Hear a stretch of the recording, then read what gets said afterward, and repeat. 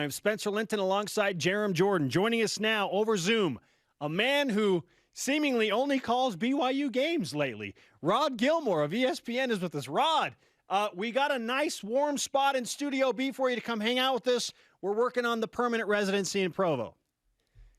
I am this close to taking up residency there, man.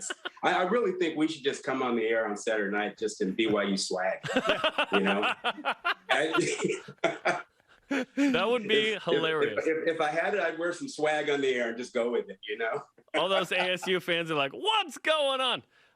Tell us about Listen, they probably already feel that way anyhow. They've seen us for a couple of weeks calling BYU games. They're like, yeah, the BYU homers. We thought we were the BYU homers. Wait a minute. Okay, so you've seen BYU the first 2 weeks, you and Dave Fleming. What are your thoughts on the Cougars as they go from kind of post-Zach Wilson era to 2-0 and ranked 23rd right now? Well, I'm a little bit surprised at how easily they have transitioned to Jaren Hall. And quite honestly, I'm surprised at the changes defensively. Tuiaki has, sort of changed his stripes a little bit this year. He's been way more aggressive on first and second down, which hasn't been his DNA. The book on BYU defensively has always been, they're not crazy about man coverage. They're not crazy about blitzing. They like a lot of drop eight. Well, he's sort of, recognized what a lot of, good coaches do. Is you've got to switch it up some. And so they were not known for going after the quarterback on first and second down. And he's mixed that up. And I think it's really surprised the first two opponents. And, they played well on the back end. And then, look, Jaren Hall has become a star.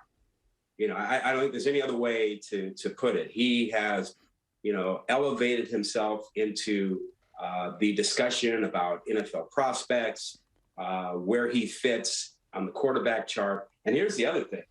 He has gone from being an unknown entity to being on the top 25 list of college players for name, image, and likeness. He is now number 11. Wow. So in 2 weeks, he has made a name for himself. People are noticing him, and he's a really good football player. Rod Gilmore of ESPN is with us on BYU Sports Nation. Speaking of Jaren Hall and all of his teammates, it's so easy to get lost in the big win hangover after you snap the 9-game losing streak to your arch nemesis. You beat Utah for the first time in 12 years. A lot of people are almost anticipating just that natural letdown and the hangover to continue. Maybe BYU doesn't show up.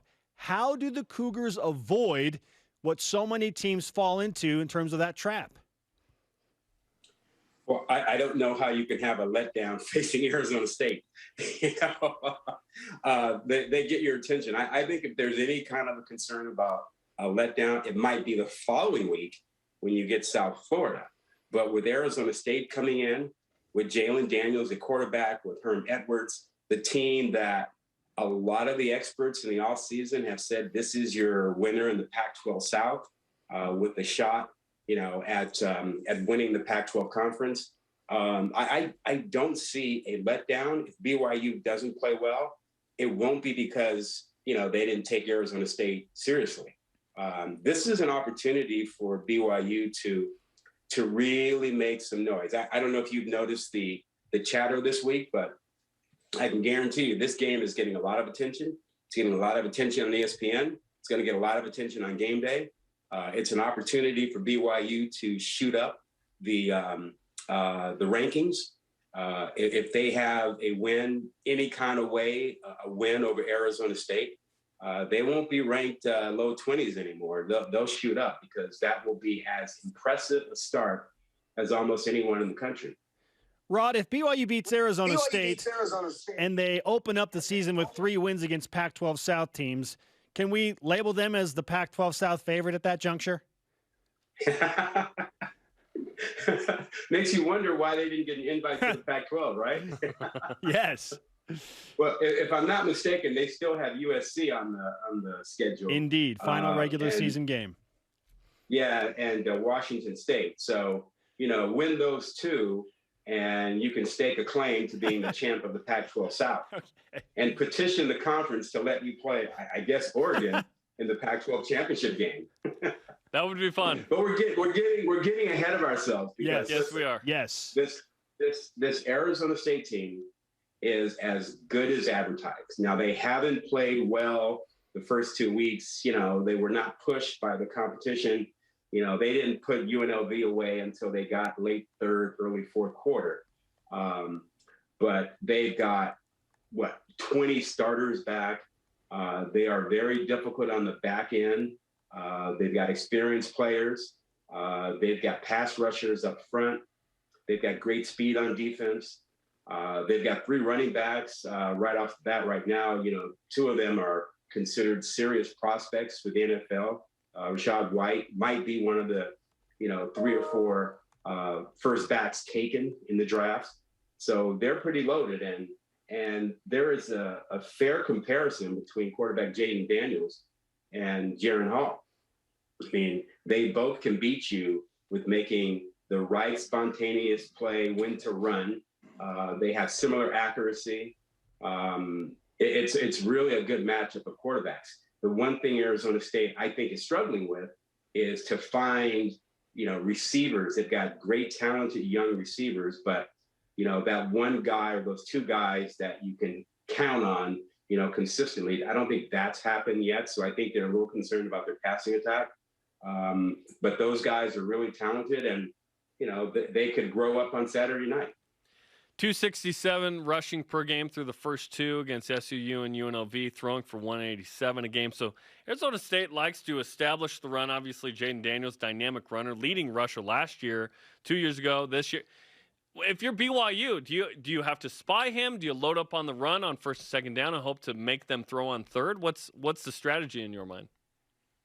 Well, the first question is, do you have a guy who can spy him? Right.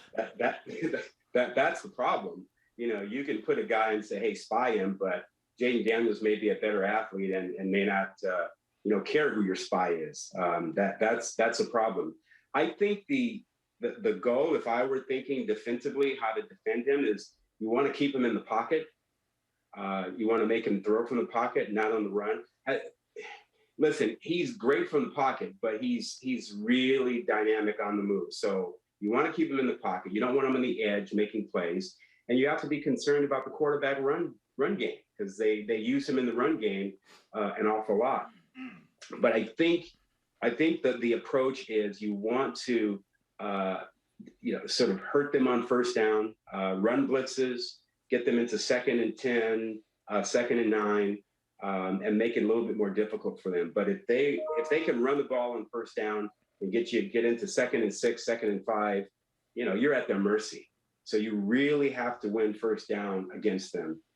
That, I think, would be the approach. There's going to be a great matchup up front with their offensive line, particularly their center Donovan West, Mahe, and see what goes on up there. I think that's going to be a real key. So, it's a difficult plan, man. This is going to be a real tough, big-time game.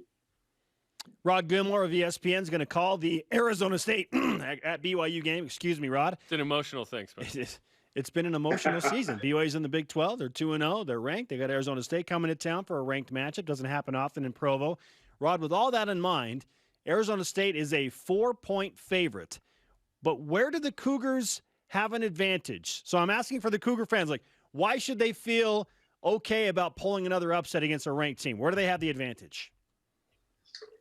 Well, I think the advantage is that, the last 2 games, we've seen BYU very, very consistently good on defense. Very consistent. They took apart a really sound Utah rushing attack. And so I feel pretty good about BYU's ability to handle Arizona State's running game. And if they can do that and force the young receivers to step up and find a way to beat them, I think that's the advantage. Right now, we know after 2 weeks of watching this defense play, I'd be stunned if the BYU defense did not play well. I expect them to play well after what we've seen. I think that's their DNA right now. So I think what you're going to get from them on that side of the ball. And the other thing is, you know that Jaron Hall is going to take care of the football. You know, he doesn't make silly mistakes. He knows when to take a chance. So, excuse me, I think those two factors should make you feel pretty good going into the game.